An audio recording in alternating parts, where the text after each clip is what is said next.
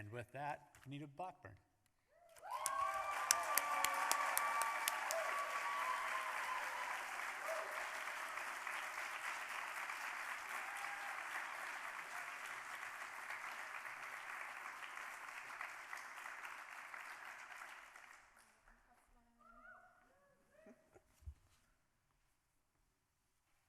Oh my gosh, we made it.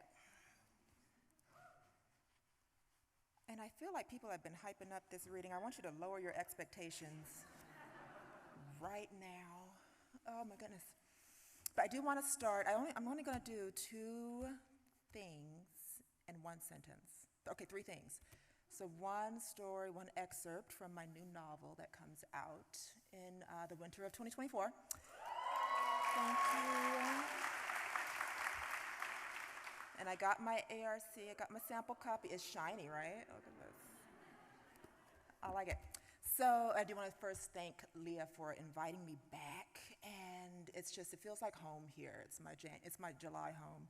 And the staff is amazing. And as usual, you guys feel like family. And I'm going to miss you if I do hit that mark where I can't be invited back again.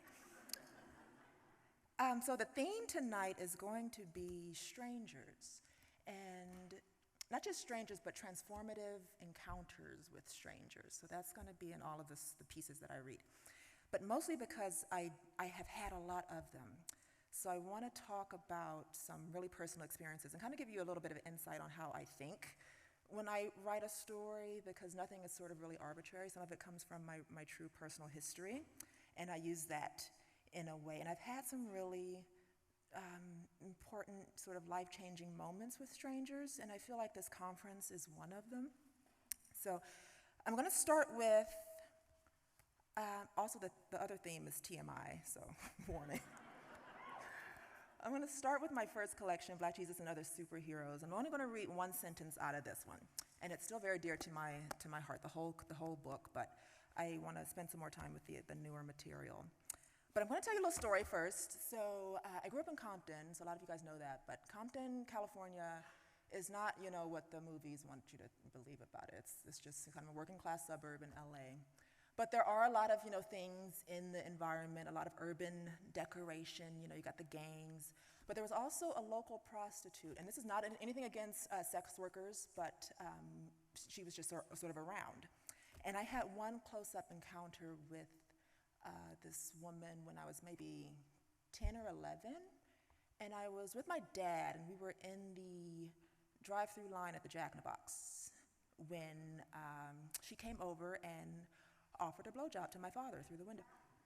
So, and it's one of those moments where you're like, oh, this is possible. And, I learned a lot. I learned a lot about capitalism. I learned about men, women, and nothing scandalous happened beyond that moment, just to clarify. It wasn't that transformative. But it was, I learned about sort of inside, outside, sort of being in the car, being sort of this safetiness that was also kind of an illusion. Also my father, a figure that I thought I knew, could shift, could change, was viewed differently by the outside world. And also this kind of, like I said, this illusion of safety and danger. They kind of all came together in this way. But one thing I do remember vividly, I had no words for this at the time, for sure, but I vividly remember her in the drive-through window, kind of framed in that moment. And I had that memory when I was writing this particular story, and it's called, I've never read the story out loud to anyone. It's in the collection. It's one of those, sometimes you just never read things. But it's called Take Me to the Water. So I'm going to read the last line in that one, and that'll be the only thing for this book. I see Nikki there in her long t-shirt, a junkie hooker's ball gown, no pants, no skirt, no panties, legs out in the sun, watching me walk down the aisle draped in white baptismal robes, smiling at me like she had a secret, like together we could crack the cocoons frozen around us, remake the earth, like we might be there in that space of light forever. So that's that one. And thank you. But that was early Venita. And don't go telling people about that my dad in the blowjob story. Nobody knows this. I've never said that out loud to anyone, honestly. That's just, it belonged, and my father has passed, so it belongs only to me and you right now, so handle it. So, now the next one, I'm gonna read a story in total. So this one is a flash fiction piece from my second collection. And I've had some interesting moments recently. So I was in kind of a nice, public bathroom or something like that, and I was coming in, walking around, and I'm walking around the corner, and this little woman pops out of a stall, and she goes like this, ah! And then she says, I thought it was a man. And the woman with her looked at her in the face like, you are the most ridiculous thing I've ever seen before in my life. And it was, she was being kind of silly, and I'll be very generous, right? I'm kind of tall, most of the time I dress like a dad on vacation, it's true. And you'll see,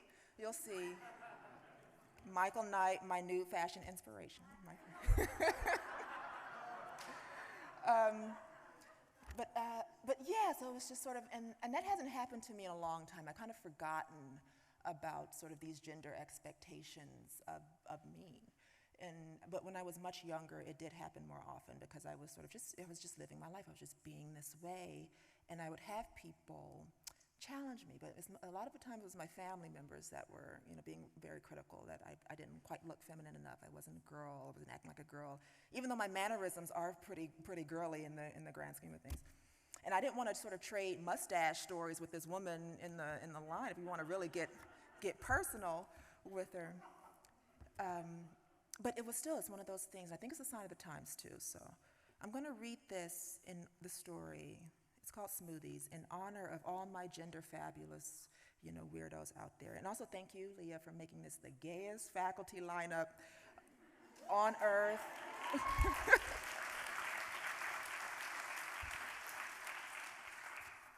All right, Smoothies. The first time a guy said I looked like a man was at the Jamba Juice stand in the mall. He was still a boy, probably my age and sticky from adolescence.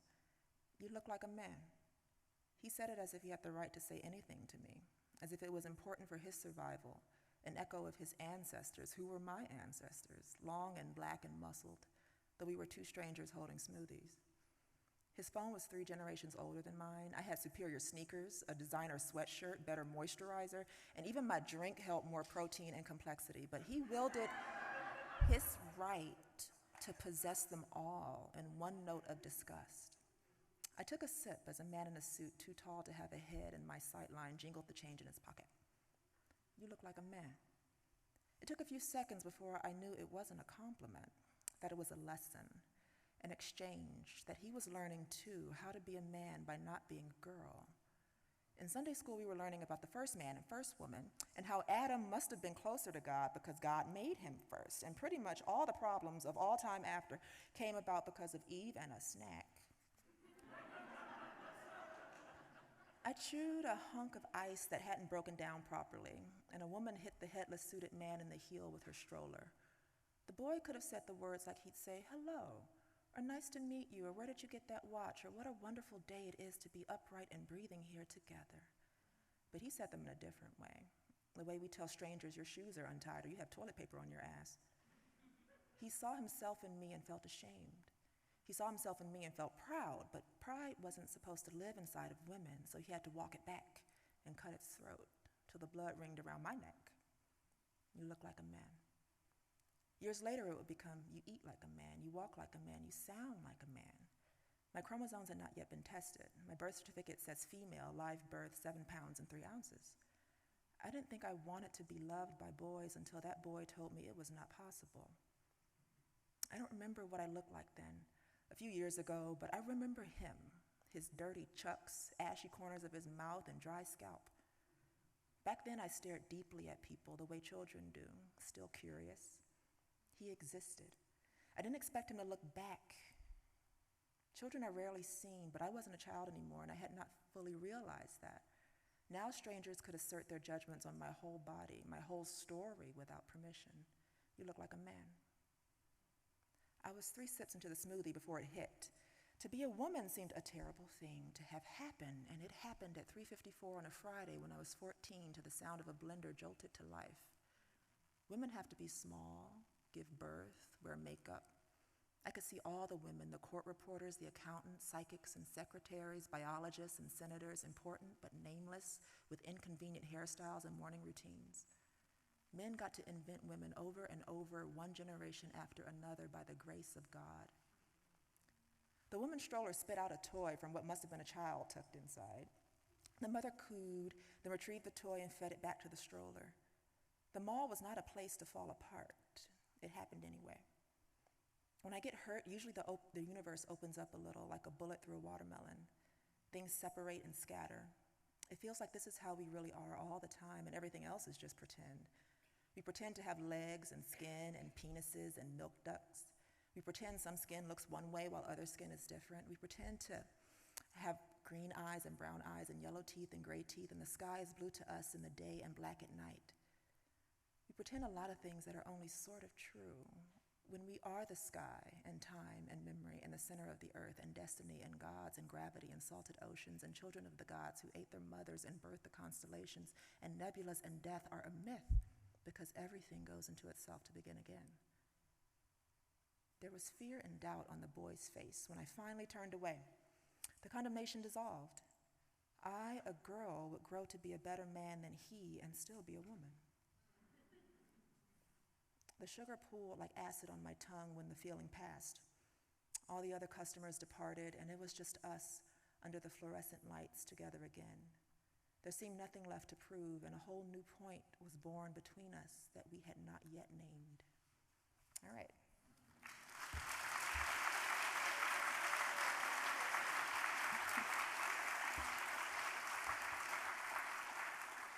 All right, on to the new stuff, the new stuff. And this one is from my new novel. It's an excerpt, which is not that sexy. So usually when people say I'm going to read an excerpt, I'm like, ow, because you don't get the whole thing, right? So, but this is me. I'm a novelist now, whatever. Here we go. Here we go. And also, I'll give you a quick trigger warning. There's a brief mention of suicide. It's very brief, but it is here. So take care of yourselves as you see fit. I do want to give a little context to this. So my mom passed when I was 25-ish, 25, right before I turned 25, I think. And we were very close. So it was very sudden, and she was my best friend. And it was one of those sort of huge turning points in my life. And I remember grieving hard, and everything in the world looked different. Senses are different. The sky, everything has this new kind of texture that did not exist before in a way that I had never anticipated. And then, you have to be alive. You got to go to the grocery store with all of this in you, all of this sort of shaking and strange. And then some poor woman looks you in the face and asks something so stupid and says, "How are you?" And you have to answer. And you have to engage. So that feeling of not telling the truth, right? You don't want to tell the people. When people ask you, "How are you?" they don't want to know. But there's this temptation to do so in this moment. So I was thinking about that when I wrote this part that I'm going to read for you. And also, I don't know how to read this. I've never read this out loud. So here's what's going to happen. So there's a part in here where there's some text messages, and it looks a little different on the page, but how do you read this? So what I'm going to do is, when I get to that part of the text messages, I'm going to there's one character called Kai, and when Kai is talking in the text, I'm going to go like this on this side. And when it's a new text, I'm going to go boop, boop. That'll be a new text, okay? And then when the other character talks, it's going to be Jay, but it's actually not Jay. Jay has passed, and his sister is impersonating him through his cell phone. So Jay, the imposter, will be on this side. Boop, boop for the text. Okay, do your best. And I will as well. Okay. Get there. The day after Jay committed suicide, Coral had a brunch date with her friends and did not cancel. We believe in confronting danger unblinking, face to the flames, teeth bared to bullets, We do not wince at pain unless that is the practice of the hour. To wince is to acknowledge the potential for defeat, phi for flinching. We are unsure where the danger fell for Coral, in the face of her friends or in the judgment at her absence. Coral had stayed at Jay's apartment and did not head to her home in La Brea until after sunrise. She owned a bungalow with a yard in one of the thousand overpriced neighborhoods in Los Angeles. The sky was bright and blue, light reflected from everything that morning. The shine in the wash cars of her neighbors, the glimmer of dew on the shrubs, finger succulents, velvety and swollen, which everyone used to replace grass, studded the front lawn. It was a beautiful day. Where she was. Coral approached Il Fornaio, feeling as if her throat were turning to steel, all the veins and muscles hardening, the blood squeezing through clogged plumbing. It was the same feeling she had after eating a family-sized bag of chips. She wanted to expel whatever was in her body through every possible exit port, but relief was not possible. The thing inside her was not going to come out. It was hot. There were misters running at the entrance under a green awning. Coral walked through the veil of mist and jumped back as if spit on. She remembered that the devices were supposed to be a luxury. She walked through a forest of people, big people and small people at tiny tables, with barely enough room for their bread baskets, saucers of herbs and olive oil, and $18 mimosas, not bottomless. The friends were on the patio in the distance. One waved her over. A waitress backed into her suddenly. Liquid hit the top of Coral's left foot. A dog barked, then was silenced. The restaurant was flooded with the clatter of voices, so many that it seemed quiet. So much noise that there was nothing to hear at all. Coral suddenly realized it was supposed to be pleasant. Where she wanted to be. The friends appeared talking all at once, greeting her all at once, their heads spinning like coins. She was unable to discern a face or a mouth, just the knowledge that there was one amid the blur. Coral wanted to be somewhere quiet, where there were no heads unwinding like rubber bands, somewhere her own throat felt soft and pliable and she could turn her neck without pain, somewhere with water stretched out in front of her or heavy in the sky above about to be squeezed out, somewhere even the insects knew not to make too much of a sound because something special was about to happen again, something they didn't know they were looking forward to until it arrived, and now there was nothing more important anywhere in the world. The unique relationship to water among the living was incomparable to any other. It was more than sex, murder, food, or faith. It was their God and their whore. Who she was. Like most people less than 50 years old and more than 9, Coral was a curated exhibit, carefully constructed in the presentation of self. First, she wore dresses because children in the 1980s were treated like peach pits, where the body was the seed and the resulting fruit of a luminous array of ruffles and lace. Then came 2 decades of Sunday services in the Baptist church. Then came various declarations of gay, followed by estrangement from her family, mostly her father, the burial of those parents, and the duplicitous sensation of suffering and relief forever after. Ultimately, Coral met all expectations of gender, race, politics, education, and diverted from those expectations only when appropriate for a change in audience. She did so consciously and subconsciously, as was the norm.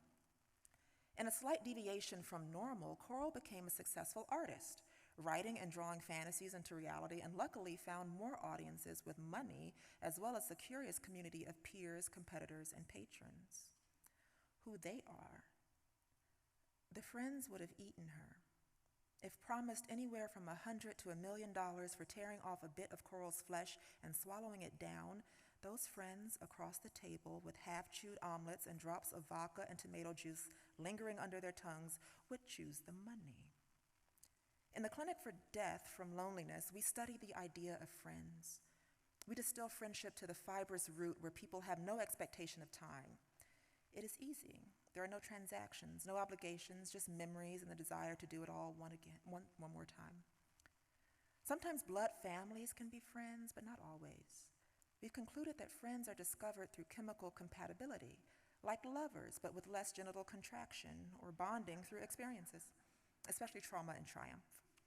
A single devastation or victory can sustain a friendship for a lifetime. One of the spinning heads asked Coral a question in a low voice, as if it were a secret. "How are you?" she asked. Coral thought about the answer briefly, the one she would give and the one she would keep. "My brother is dead." He was not dead, and then he was dead. Who are you in this place? Why have you kept me here? The head stopped spinning, and Coral could see eyes, dark brown and alert, the eyeshadow, low lids, sign of ptosis from aging, and a mustache painted in foundation. Bad date, Coral actually said. Or a good one. They're all the same to me. The head spun again, disappearing into laughter. She had slept on her brother's stripped mattress in the humid apartment, waiting for something. Who she wanted to be. Present. Coral wanted to be acutely aware of her feet on the brick patio, the drying drops of liquid on the top of her foot, the individual conversations taking place around her and in front of her, the person she used to be and the person she would be from then on, and be able to choose between them like items on a drive-through menu. Today she would be 17-year-old Coral, drinking wine coolers with friends in the back of a Toyota coupe before going to the mall to steal cheap jewelry. Tomorrow she would be Coral 7 years from now, safely through the grieving process and managing an almost happy life. Who she wanted them to be. She wanted the friends to be themselves, but not with her. Let them exist where they needed to, but not with her. She wanted them blind, transformed into beautiful bats with too much lip gloss, hanging upside down from the restaurant ceiling, free to shit on the other patrons and gnaw on handfuls of overripe plums. She wanted them to be that kind of happy, if that kind of happiness were possible. Who she would be later. Later, Coral would be a fish. When the force of death had dismantled the atoms and sent them into the bellies of other things more than just a few times, first she would suffer, then wonder, then for a brief moment be healed and start again. A phone rang. The spinning heads looked at Coral's bag. The ringtone was odd. It was Jay's phone. Jay's phone rang again, and a plate of ahi tuna tartare appeared under Coral's face she didn't remember ordering, and no one seemed alarmed. Coral excused herself to the restroom. Good restaurants have bad restrooms. It has been documented. It is a fact. In a good restaurant, the restroom is small and poorly ventilated. The line is always long and full of terror. People are not able to do more than one thing well at any given time. The terror comes from not just waiting, but being alone with one's body and thoughts in a hallway too cramped to lift an arm without touching someone's shoulder or ass. Coral seized Jay's phone and let the vibrations of it roll through her palm a few more times before opening the messages. Okay, here we go. You're a no-show! Never in 19 years, bro. What the fuck? I'm worried. What's up? Is it Kay? She cool? Vicky brought in RJ, but she flipping out, threw half the smoked sausages away in the break room, LOL. Yo! I'm in the hospital. All that fucking punctuation, Coral said out loud. My foot is smashed and I had to have surgery. Oh shit, bro, you sound bad. You should, Vicky, whoa. How long? Better? Coral lost her language translation energy again as the air became more carbon dioxide than oxygen around her in the bathroom line. She began to scroll through past messages with this Kai person to understand many things. She learned that Jay possessed terrific grammatical sense, whereas Kai had almost none. There was a running joke/obsession with sausages in the break room that Coral thought might be a euphemism for something male and sexist, but knowing Jay, she believed it was sincerely about food. Coral felt compelled to understand Jay's job better, an essential tactic for infiltration of enemy territory. The line for the restroom moved by a single individual. Everyone shifted forward with the assumption that more than one person would move along, but that assumption was replaced with despair and resignation. When cattle were slaughtered for food, the process involved arranging the animals in a curved or zigzag line because the end of the line was the end of their lives, and it was important that none of them could see that far in advance. Small talk. Coral put down her phone and looked up to find a pair of eyes fixed on her. The body those eyes were attached to had an awful intention. It wanted to talk to Coral. And she could have looked away, could have willed herself into a coughing fit that everyone would have backed away from, politely or otherwise. Coral had no defenses at the ready, so she would take the first blow unblocked. Is it a birthday? Your friends are so happy at the table. Yes, Coral replied, not mine. Coral often lied to strangers. During small talk with anonymous individuals, you can be anyone. Most people lived unconscious lives, surrendering their thoughts to inventions of the day. Thinking was dangerous. Thinking as someone else would think was something other than dangerous. Risk-free, yet thrilling. The stranger took a pose of lamentation and said, "They don't sing for birthdays here."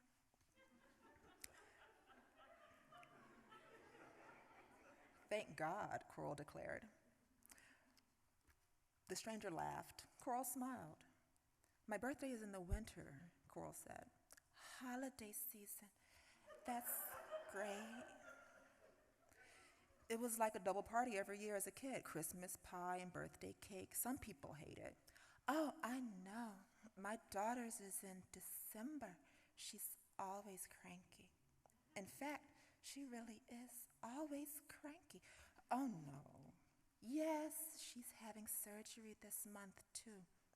"Is it serious?" No, it's not at all. I had a thing with my liver," Coral lied.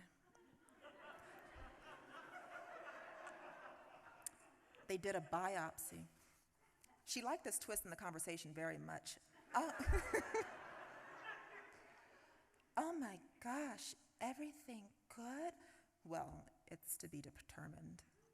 The stranger reached for her phone. Coral had inadvertently ended the conversation by threatening further discussion of medical ailments with a woman that possessed the emotional capacity of a fern, craving only sunshine and moist air. Coral felt very victorious and very, very alone. She wanted more. "What was your daughter's surgery?" "Vicious." In an unsolicited attack, Coral returned to what was known as small talk with a wounded woman in line. A man approached the hall, observed the density of bodies, and immediately retreated. "She left the country for the procedure." "Oh, for a specialist?" "For a better price. BBL." BBL.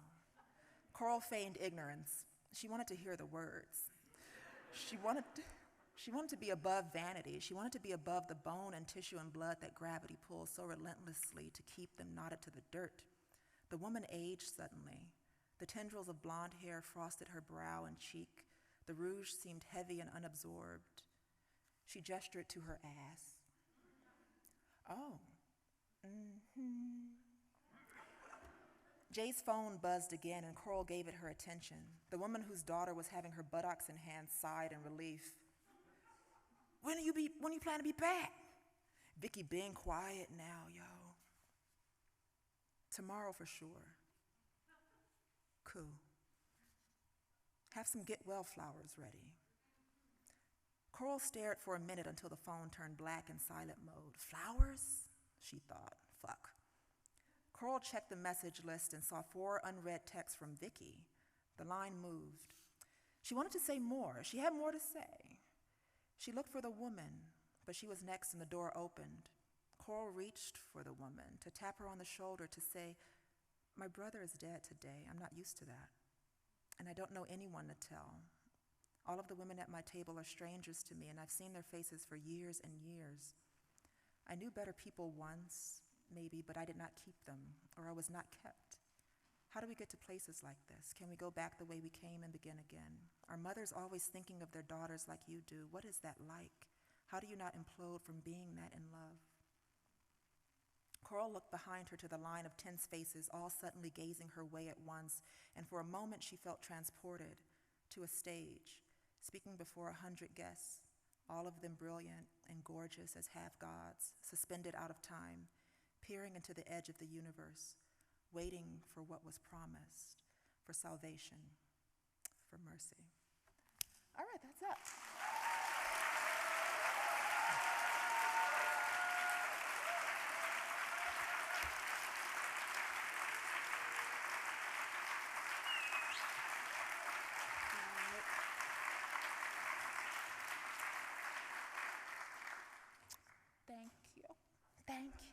I don't know where that voice came from.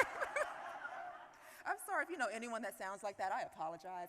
But we're not done yet. We've got one more merciful being left for you, and it is Alicia Stallings.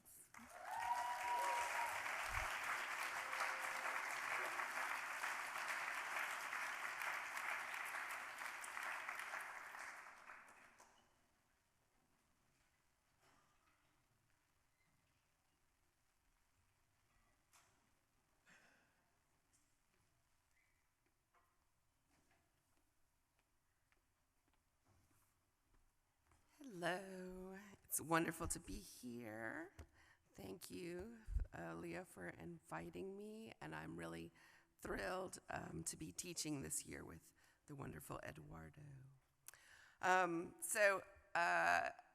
My most recent book is a selected poems, which is wonderful, and I'm very excited about it. It does mean for the last year and a half, I've been reading old poems to people.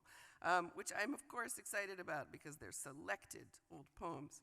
But, and I'm going to read some of those tonight, and then I'm going to read some new poems. But it occurred to me, some of you will have heard some of these poems before, but most of you will not have, so they won't be old to you.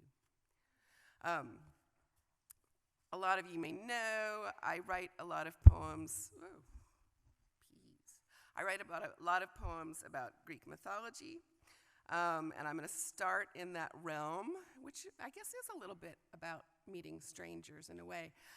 This is a poem about a myth that you are all probably very familiar with, where Persephone, the daughter of Demeter, the goddess of the earth, is abducted by a stranger who happens to be Hades, the god of the underworld. And this is his way of welcoming her to his realm. And in this version of things, he does not think of himself as a bad guy.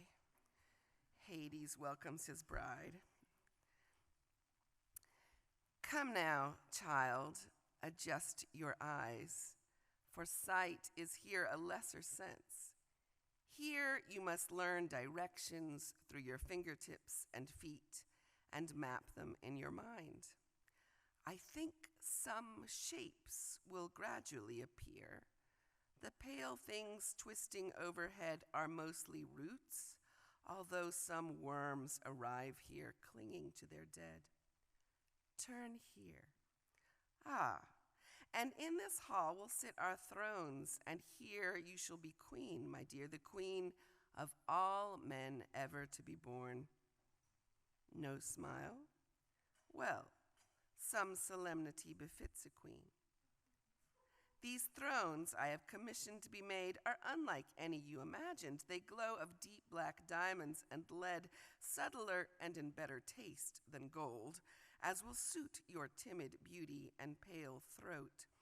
Come now, down these winding stairs, the air more still and dry and easier to breathe. Here is a room for your diversions. Here I've set a loom and silk unraveled from the finest shrouds and dyed the richest, rarest shades of black. Such pictures you shall weave, such tapestries. For you I chose those 3 thin shadows there, and they shall be your friends and loyal maids, and do not fear from them such gossiping as servants usually are wont. They have not mouth nor eyes, and cannot thus speak ill of you. Come, come, this is the greatest room. I had it specially made after great thought, so you would feel at home. I had the ceiling painted to recall some evening sky, but without the garish stars and lurid moon. What's that stark shape crouching in the corner? Sweet, that is to be our bed, our bed. Ah, your hand is trembling. I fear there is, as yet, too much pulse in it.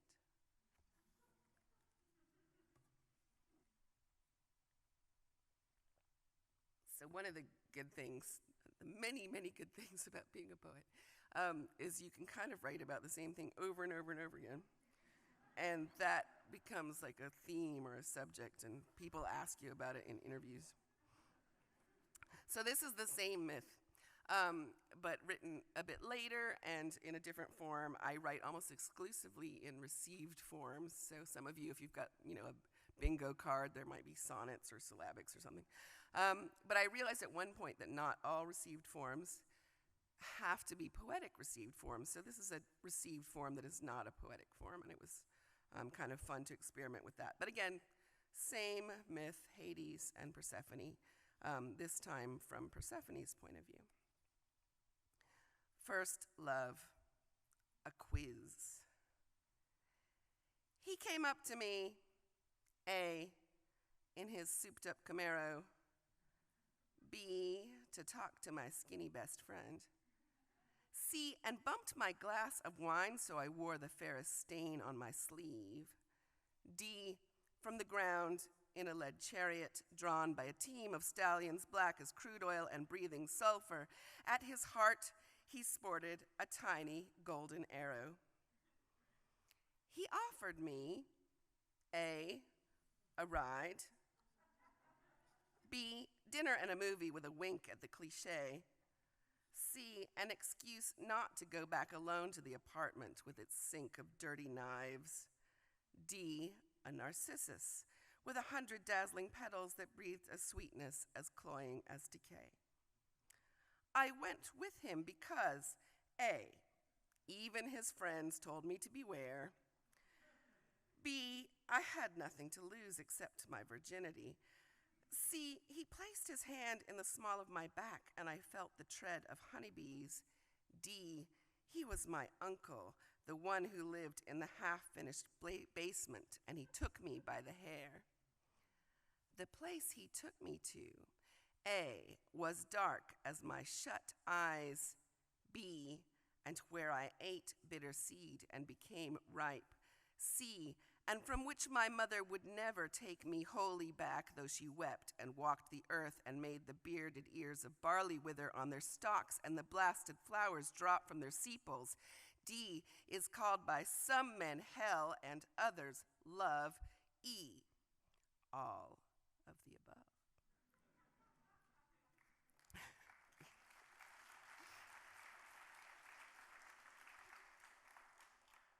That's one of the poems that worried my family. So my history with Sewanee is quite long, and maybe not storied, but quite long. So I came here to the conference first, I think in 1999 as a scholar, a Tennessee Williams scholar, I think. But before that, I used to come here for summer camp, to the music summer camp.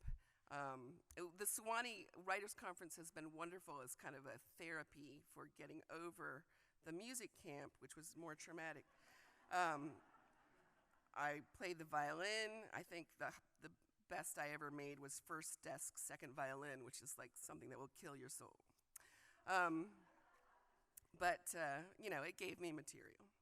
So I'll read a couple of music poems in honor of my Sewanee music connection. This one is called Two Violins. One was fire red, hand-carved and new. The local maker pried the wood from a torn-down church's pew, the devil's instrument wrenched from the house of God. It answered merrily and clear, though my fingering was flawed. Bright and sharp as a young wine, they said, but it would mellow, and that I would grow into it. The other one was yellow and nicked down at the chin, a varnish of Baltic amber, a one-piece back of tiger maple, and a low, dark timbre. A century old, they said. Its sound will never change. Rich and deep on G and D, thin on the upper range. And how it came from the old world was anybody's guess. Light as an exile's suitcase, a belly of emptiness. That was the one I chose. Not the one of flame, and teachers turned in their practiced hands to see whence the sad notes came. This is another music poem, if I can find it. And is where it's indicated on here. I have a thing. Hold on. If I can find it. Yes. So this is called Listening to Peter and the Wolf with Jason, aged 3.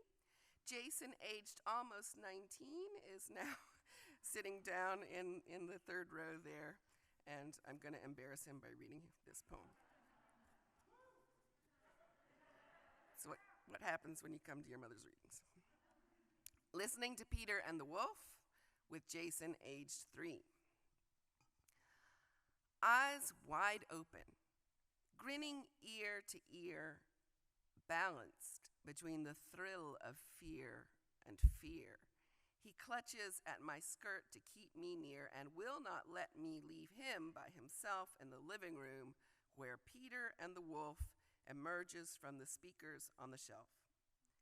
He likes Peter's jaunty swing of strings, the reedy waddle of the duck, the wings that flute up in the tree, but still he clings, even though for now it's just the cat picking its sneaky way through sharp and flat. He isn't frightened of a clarinet and laughs at grandfather's bluster and bassoon, but keeps his ear out for another tune at the shadowy edge of the wood and coming soon. Where is the wolf? He asks me every chance he gets, and I explain each circumstance, though it's not as if he's heard it only once. You'd think he'd know by now. Deep in the wood, or under the tree, or sent away for good to the zoo, I say, and think he's understood. And weary of the question and the classic, I ask him where the wolf is. With grave logic, he answers me, the wolf is in the music. And so it is. Just then, out of the gloom, the cymbal menaces, the French horns loom, and the music is loose. The music's in the room. I live in Greece. I've been there for quite a long time, since '99 actually. And it's been a very interesting time to be there. There was a very severe economic crisis. My husband is a journalist, so this is work for journalists. There was a very serious economic crisis, followed kind of almost immediately, segued into a very serious migration crisis.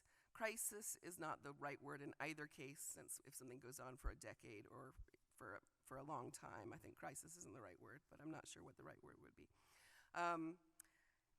And among the things that was very disturbing in 2016 and is still happening is people fleeing war and various kinds of suffering who get on these boats into the Aegean, and the boats sink and they drown. And it's still happening. There was a very terrible case on June 14th, I think that you probably heard about in the news, where probably maybe 750 people drowned, a lot of those women and children.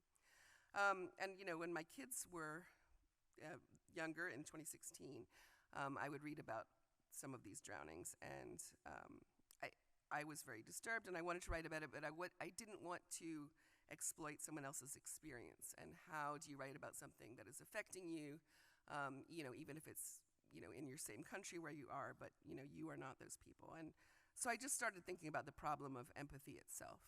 We think of it as a good thing, but it's a kind of complicated thing. So this poem is called Empathy. My love, I'm grateful tonight.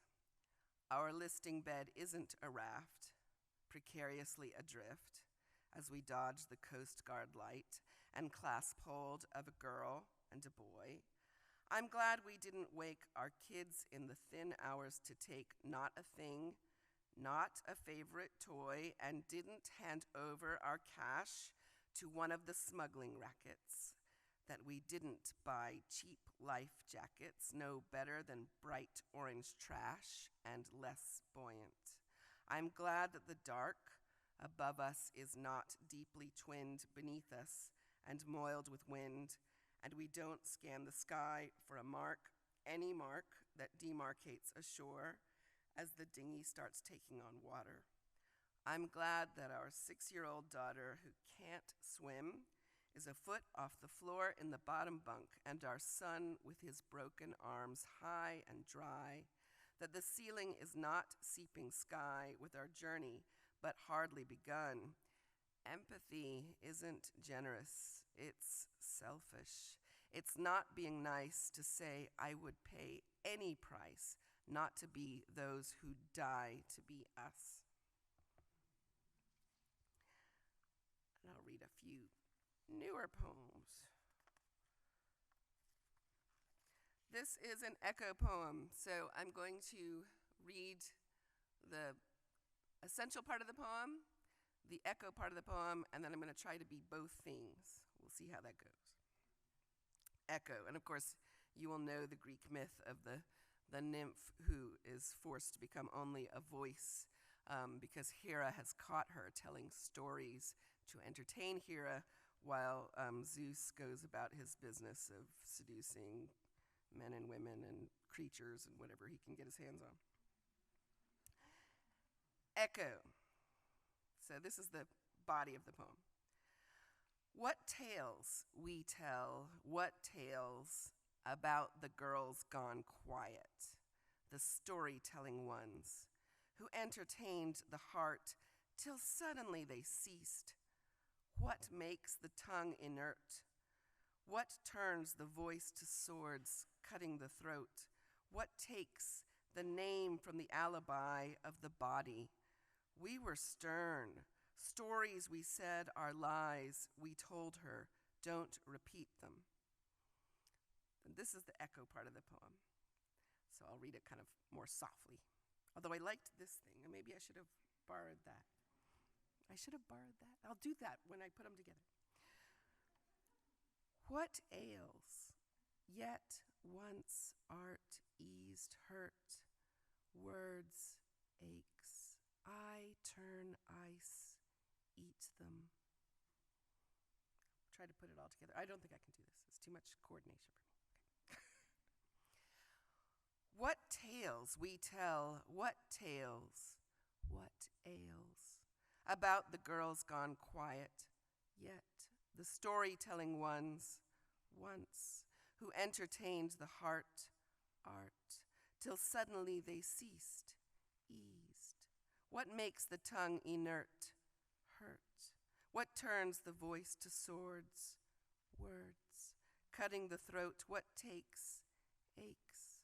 The name from alibi, I. Of the body, we were stern. Turn. Stories we said are lies. Ice. We told her, don't repeat them. Eat them.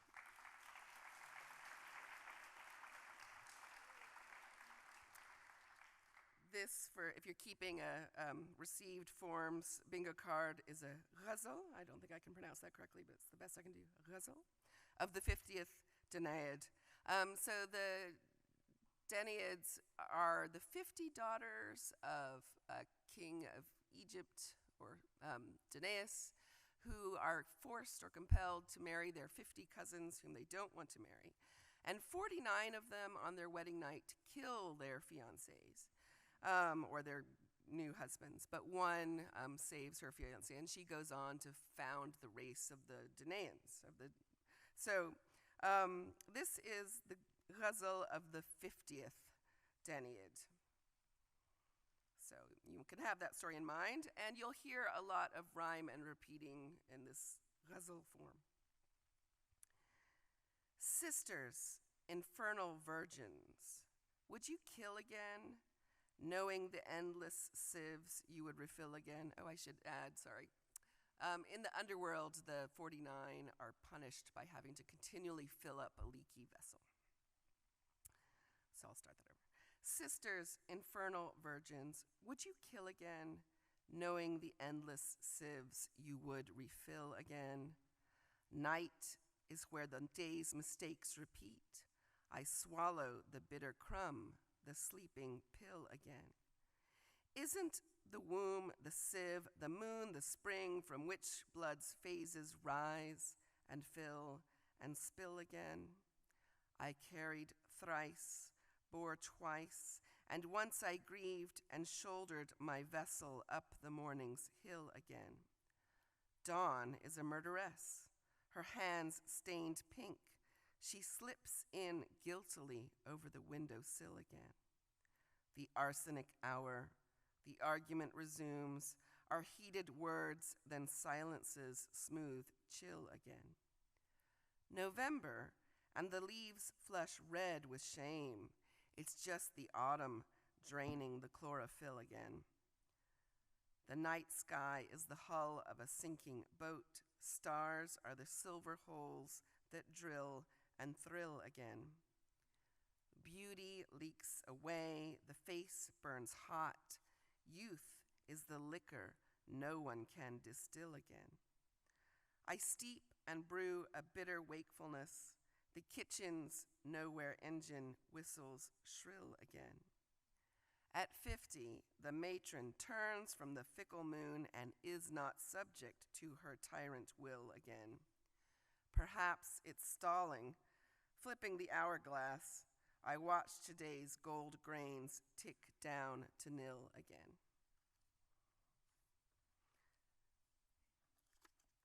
And so the good news is this is the last poem. The bad news is it is a sonnet crown, but it is a short sonnet crown, like the one with only 7 sonnets, not the one with 14 sonnets. And I've tried for many years to write a crown of sonnets, and I think I've assigned them to people, but I hadn't really succeeded because I had enough of an idea for 2 sonnets, and that turns out is not a crown. And I wanted to do a crown about the crown shyness of trees. Poets love this thing about the trees where, big trees don't quite touch each other. But that wasn't enough for 7 sonnets either. And I'm obsessed with the Iliad. So I just thought, what if I combine those 2 things? Crown shyness. That seems kind of bizarre, but in fact, there's a kind of crown shyness with the ancient epics. So, for instance, if there is an incident or a story in the Iliad, the Odyssey won't touch it, and vice versa. So they're very aware of each other, and I started thinking about that as the crown shyness of epics. So that is a lot of explanation, and now I will read those poems. Crown shyness. The ancient epics do not overlap. Hector dies, Achilles is a ghost, the wooden horse is backstory at most or hasn't happened yet. A witch's trap turns men to swine. A living river burns. A dog lies pining on a heap of dung. A woman waits and is no longer young. A ransom's paid. A wanderer returns.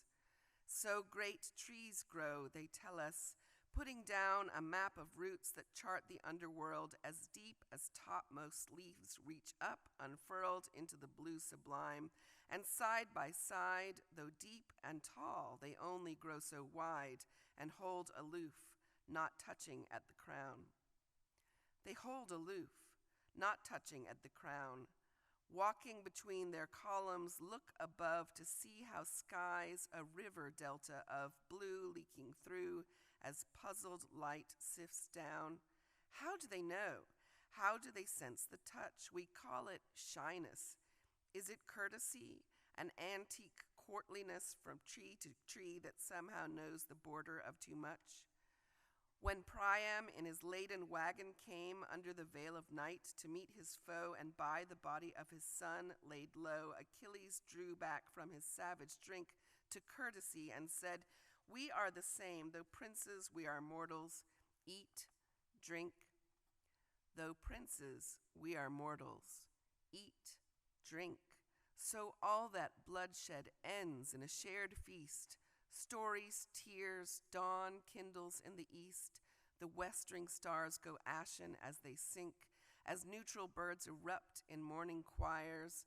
Mules shake their ears, their hides a-twitch with flies. There's nothing for the living but to rise and to prepare the wood for funeral pyres. The forest groans and braces for the axe. So many trees it takes to burn a man. 9 days they gather wood from every side. Between the trees there open up dirt tracks for mules and sledges. Now the thwacks elide in rhythms that no bard has ever scanned. In rhythms that no bard has ever scanned, the timber falls. It's timber when it falls and crashes into silence with its calls of birdsong and its rustling saraband, a library of turning leaves, its rings a record of the years no needle traces, shade the annihilating sun erases, torn from the catalog of living things. It started with the catalog of ships, whole forests felled for keels, masts, spars, oars, hulls, made black and waterproof with tar and pitch. The sight of the armada stirred the pulse of men, more than the hair, the skin, the lips of beauty's queen, men later called a bitch. The beauty queen, men later called a bitch. She called herself that sometimes. Stood aloft upon the ramparts while the old men coughed and young men died, and thought how it was rich. No wedding could go off without a hitch. Men blamed her for their bloody-minded slaughter. She missed her ex sometimes. She missed her daughter. She'd go to Egypt and become a witch. There on the wall a fig tree grew. Its shade in summer made the city street a park where all the little Trojan children played, chasing each other round the wall, all games until their mothers called as it grew dark, and they became a litany of names. The shades became a litany of names. They creep up to the trough of blood to drink, and now the fog clears. They can speak and think. His mother nears to say she never blames him for her death of, here her sigh is sharp, a mother's broken heart. His father, well, he lives in squalor, half a man, a shell. His wife, she plays those suitors like a harp. Someday he'll show his father as he grieves the orchards he was promised, 13 pears, 10 apple trees, 2 scores of figs and vines that make the best home brew of vineyard bears, not strong as Agamemnon's sea-dark wines, but sweet and bright, like light through olive leaves. Sweet and bright, like light through olive leaves, the dawning of his homecoming. Yet still she doesn't recognize him, but she will, unless it is deception that she weaves. Has someone moved the marriage bed? What brute, he starts to say, and then he sees she smiles and knows they are well wedded in their wiles, bed carved from one tree anchored at the root. In sleep, though, king and queen are like 2 oaks, grown deep and tall, and yet not touching quite. One dreams of battle, one of breaking yokes. One hears house sparrows, one the rhythmic slap of oars. One ravels, one swims waves all night. Their ancient epics do not overlap.